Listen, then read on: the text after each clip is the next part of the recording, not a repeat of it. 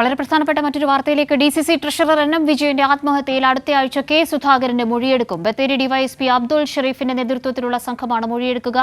ആത്മഹത്യയ്ക്ക് മുൻപ് NM വിജയൻ സുധാകരൻ അയച്ച കത്തിന്റെ വിശദാംശങ്ങൾ ചോദിച്ചറിയാനാണ് നടപടിയെന്ന് മനസ്സിലാക്കുന്നു.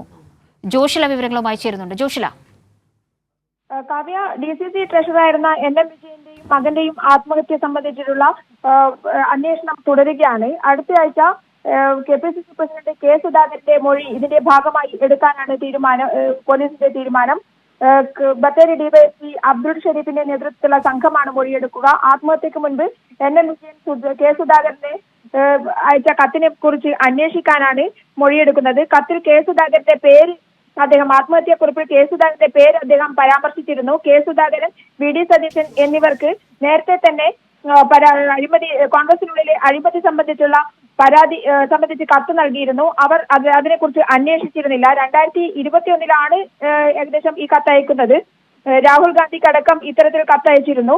എന്നാൽ ഇതിനെക്കുറിച്ച് ഒരു അന്വേഷണവും നടന്നില്ല. അതുകൊണ്ടാണ് താൻ ഇത്തരത്തിൽ കെണിയിൽ അകപ്പെട്ടത് എന്നുള്ള സൂചനയായിരുന്നു ആ ആത്മഹത്യാക്കുറിപ്പിൽ ഉണ്ടായിരുന്നത്. അതുകൊണ്ട് തന്നെയാണ് കെ സുധാകരന്റെ മൊഴിയെടുക്കാൻ പോലീസ് തീരുമാനിച്ചിരിക്കുന്നത്. കാവ്യ, ശരി. വയനാട് മുൻ DCC ട്രഷറർ NM വിജയന്റെ മരണവുമായി ബന്ധപ്പെട്ട് കെ സുധാകരന്റെ മൊഴി അടുത്തയാഴ്ച രേഖപ്പെടുത്താനാണ് ഇപ്പോൾ പോലീസിന്റെ തീരുമാനം. വിവരങ്ങളാണ് ജോഷില വയനാട്ടിൽ നിന്നും നൽകിയത്.